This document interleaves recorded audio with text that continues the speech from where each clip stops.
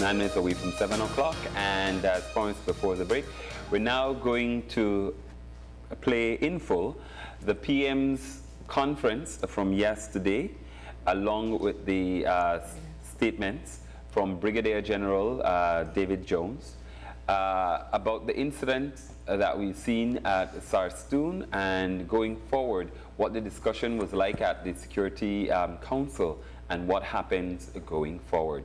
Here is that video. We issued a press release yesterday, and insofar as the description of the incident that occurred at the Sarstoon in the area near to our forward operating bases concerned, I will rely on that press release. In other words, the facts are as were stated, or as was stated in that press release. We told you in the press release that the Ministry of Foreign Affairs would be preparing a strongly worded note of protest and dispatching that, and that has been done. The Guatemalans have responded to that note of protest and dispute our version of the facts. That is why I commenced by telling you that we stand by our version of the incident. A couple of significant things about the Guatemalan response. They deny that they behaved in an extremely hostile and threatening manner. They said they confronted a Belizean vessel, which, the way it is framed, is not factual, and they complain about the failure on our side to follow the security protocol usually followed in the Sarstoon River, and in brackets they describe that as the status quo. They say at no time was there any provocation by the Guatemalan authorities towards the crew of the Belizean vessel. What was asked was that they follow the security protocol usually followed in the Sarstoon River. And again, they say status quo. I think that's important because you will note, and the Guatemalans are very clear in saying what they want to say. In their response, in the end, they insist that they are sovereign over the entirety of the Sarstoon, and I mentioned that to underline my point. You notice that there is no suggestion that what they describe as the security protocol involves any traditional request for permission on the part of the Belizean security forces to go up the Sarstoon. I mention this because it is my understanding that in some quarters it is being claimed that what this incident has done is to expose the fact that we were not being entirely truthful with the Belizean people, insofar as that before now, when our military goes upriver, they ask permission first. I want to repeat, that has not been the case, has never been the case, and not even the Guatemalans are suggesting that that was ever the case. So, as our people try to come to grips with what is an extremely critical issue of national importance, as they try to come to grips with the way we have to ensure that we maintain Belizean sovereignty while trying to minimize any possible danger to our troops and loss of life, that we not get it wrong and seize on false claims to inflame a situation. And let me stop there insofar as that point is concerned. So, we are at a juncture where the National Security Council has concluded its meeting, given the potential for a repeat of what happened on Saturday, given the potential for escalation of tensions, given the potential for the possibility of an outbreak of hostilities resulting in an exchange of gunfire and possibility of casualties.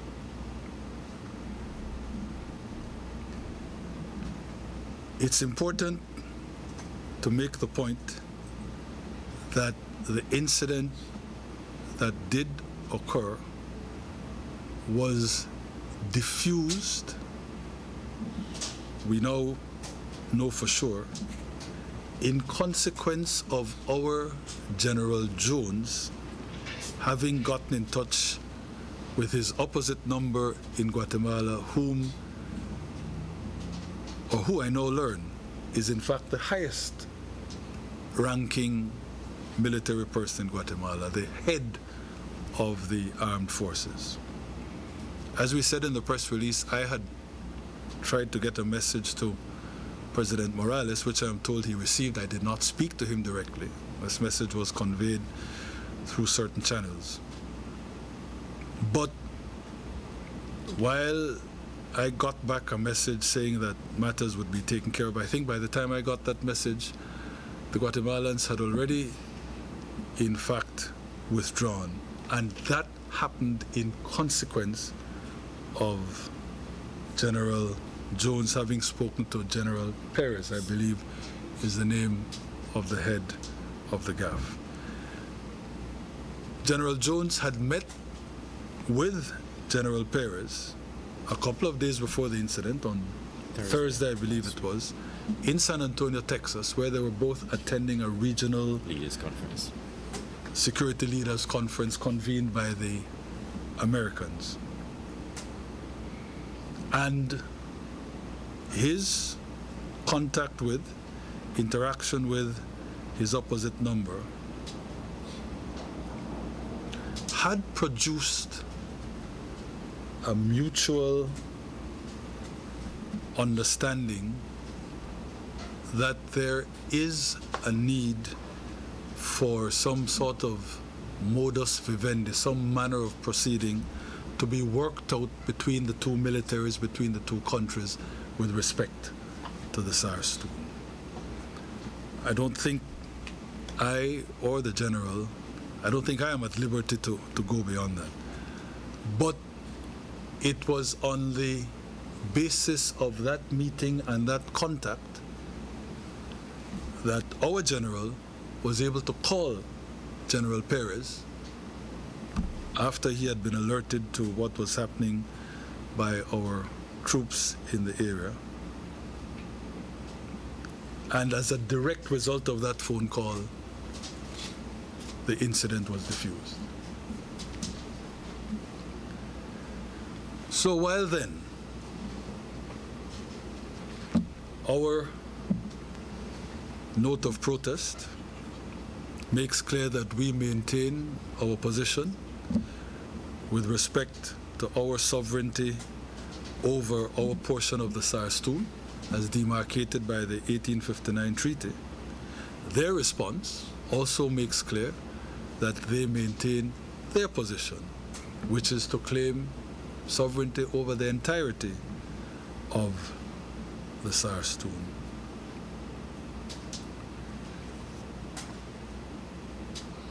In the same way as there are protocols to deal with other sensitive border areas, and the modalities for handling potential flashpoints. It is our view that there must be similar protocols to govern the Sarstoon. Otherwise, ultimately, inevitably, there is going to be a problem. They're not going to relinquish their position. We sure as hell are not going to relinquish ours. We have said to Belizeans, it is a matter for the government and for the military to maintain our assertion of sovereignty. There's no doubt in my mind that the stepping up in Guatemalan rhetoric, the ratcheting up of their position, is directly related to all that has taken place with respect to the Sarstoon and the visits and expeditions and excursions, well-meaning, on the part of civilians designed to assist the military, which needs no assistance, in terms of Belize's position. But so that's where we are. We recognize that while our people took a stand on Saturday and have to continue taking a stand,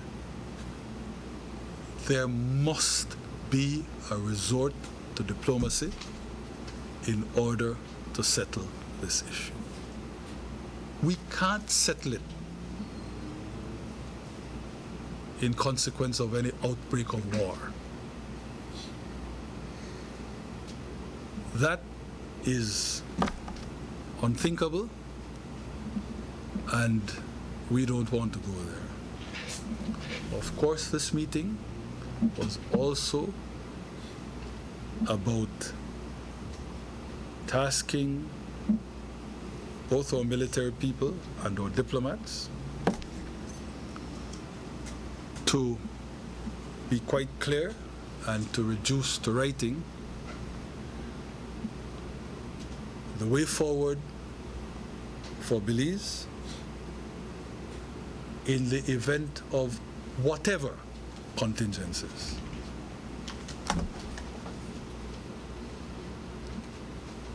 The old Arab phrase go, trust in God but tie your camel.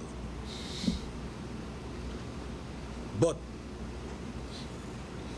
we repeat, every effort will be made, is being made, to try to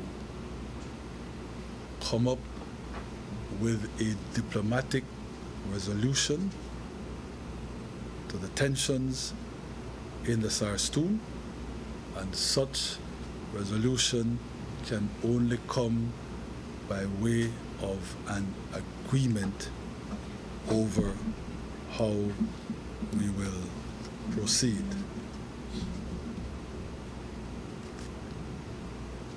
You know that tomorrow morning there is a meeting in Washington.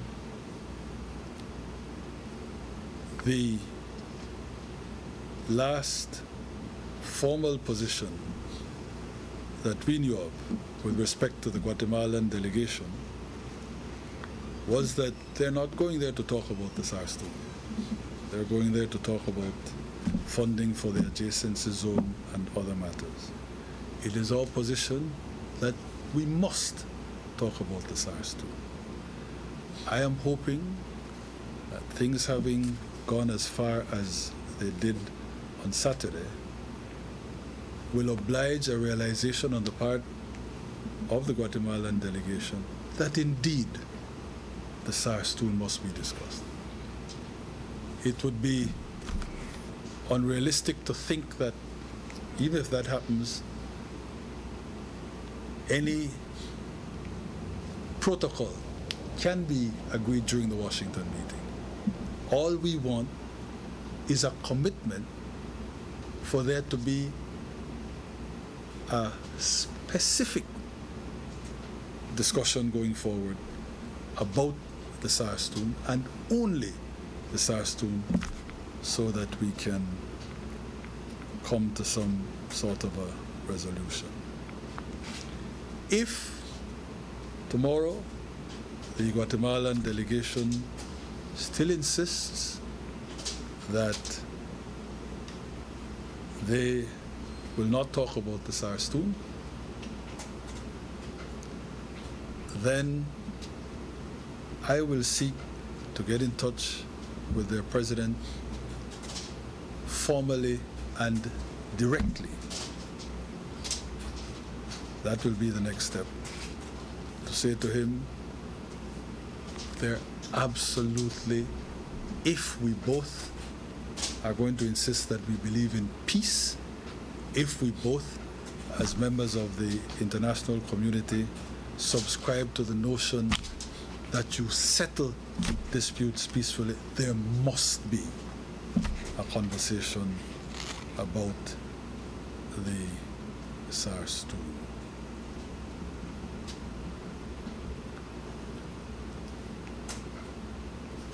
Colonel Lovell spoke to the Americans and the Brits after the incident on Saturday.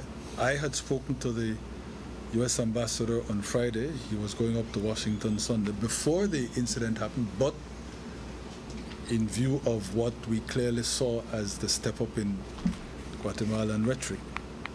And because I knew there is the bilateral meeting under the auspices of the OAS to take place tomorrow, I had spoken to Ambassador Moreno to ask him to impress upon his principals how critical it is that we get this matter sorted out.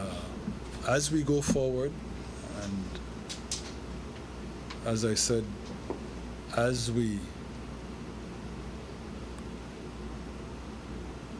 determine exactly how we proceed in the face of possible contingencies, the Ministry of Foreign Affairs is going to lay out a plan with as much exactitude as possible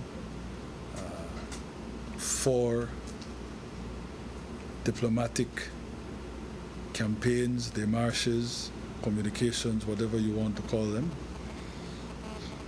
so that again the international community can know at all times precisely what the position is and can be seized in detail of Belize's case. On Saturday evening, about 6:10 or so in the evening, we had a Guatemalan vessel go over to in front of the operating base that the BDF is constructing at the time, and we're speaking to the troops there over a loud hailer, informing them that the previous day, which was the Friday, that the vessel had gone up the Sarstoon and gone all the way to Cadenas and did not actually report to them. They are not aware of our complete schedule of how we go through the Sarstoon, so they were expressing their dissatisfaction that they didn't know. Our troops have never gone in there and asked permission to go through, and we continue to go through the Sarstoon without asking permission. The vessel that was there speaking to the troops did not want to leave the area. They stayed in the area, and they were given the impression that they were going to remain there, expressing that we are not going to be allowed to go back up through the river if we don't ask permission. So the troops at the area took it as some form of intimidation, and they started making phone calls that eventually reached my ears. I in turn informed our CEO, that also informed our minister, and then the message also reached our prime minister. I subsequently spoke to my Guatemalan counterpart and expressed the concern with the situation currently happening at the Sarstoon, because I just had a meeting with him on Thursday in San Antonio, and we both came to an understanding and agreement that we're going to cooperate with each other and to ensure that there's going to be peace in the Sarstoon area. So he's committed to that. I'm committed to that, so we're going to work through a roadmap now to ensure that happens. So when I called him, he said, General, we just came back from this meeting because we returned back Friday evening, and then this incident actually happened on Saturday. So he said he's going to pass the direction that there isn't going to be any more interception and we're going to work towards peace in the area. So immediately after I called him, it was within 5 or 10 minutes, the vessel that was in front of the BDFFOB had disappeared and left.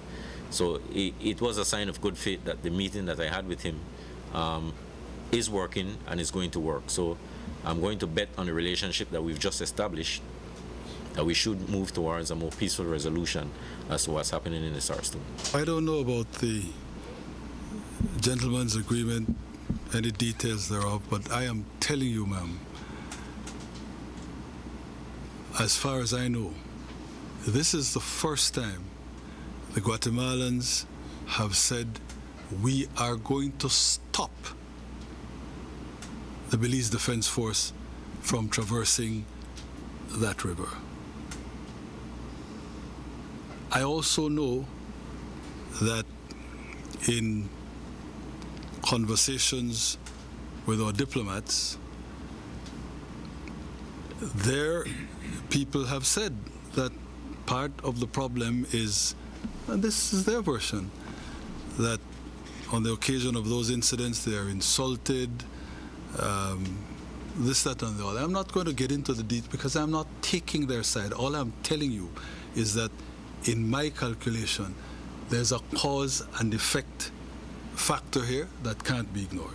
In my view, there is a direct causal link between the step up. Nobody's suggesting that before these incidents, there were not, we referred to them, little difficulties, maybe more than little difficulties. We spoke about their trying to shadow our people from time to time. But what has changed is that I have not, in my time, known of any official position on the part of Guatemala saying your BDF people will not be allowed to go up the Sarstoon. That is recent. We're trying to deal with it now. That has happened, in my view, partly in consequence of what has been taking place at the Sarstoon. And there you have it. As we mentioned, that was the press briefing given by Prime Minister Dean Barrow and Brigadier General David Jones yesterday following the meeting of the National Security Council. Now, this is a developing situation and one that we will keep on following. Most importantly, there will be developments taking place today in terms of the meeting that is taking place in Washington.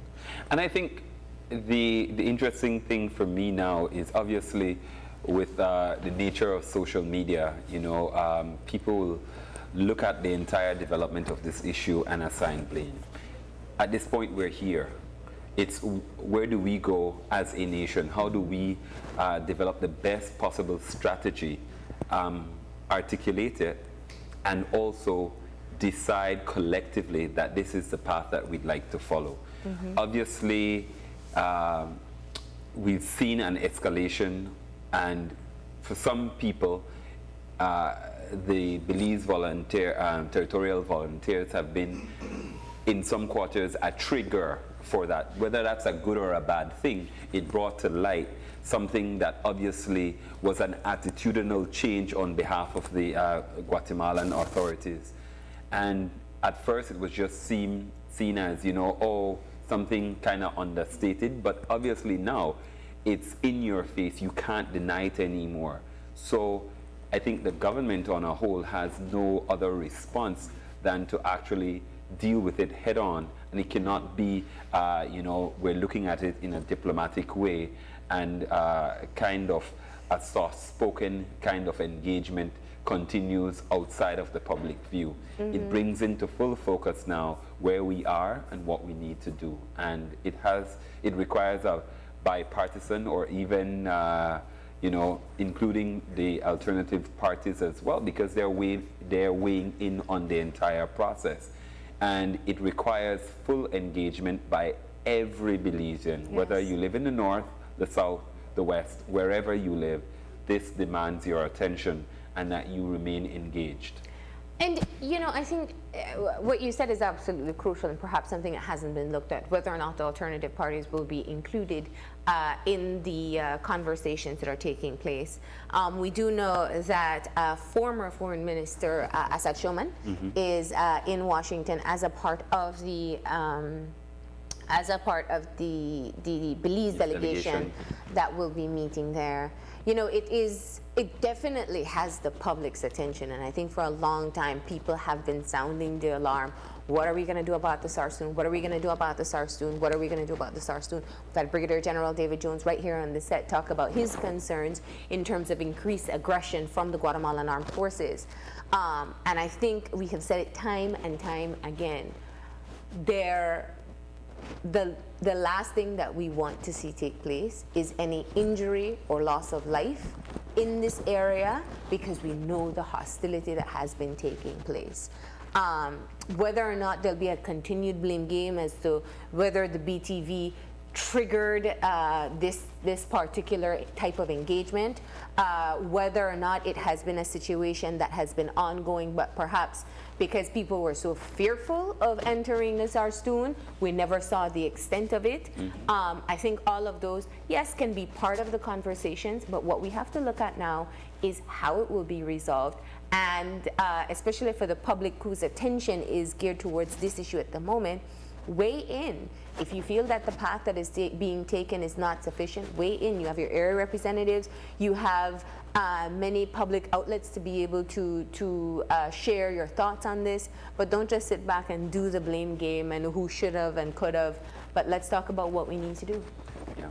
So I think, you know, obviously the next point of focus becomes what happens in Washington at the OAS meeting. Next steps, do we need some kind of OAS presence in the face of what's happening with the OAS in terms of budgets, etc., and how realistic it is for us to have their participation there when we know that their presence at the adjacency zone is also something that is not sustainable indefinitely.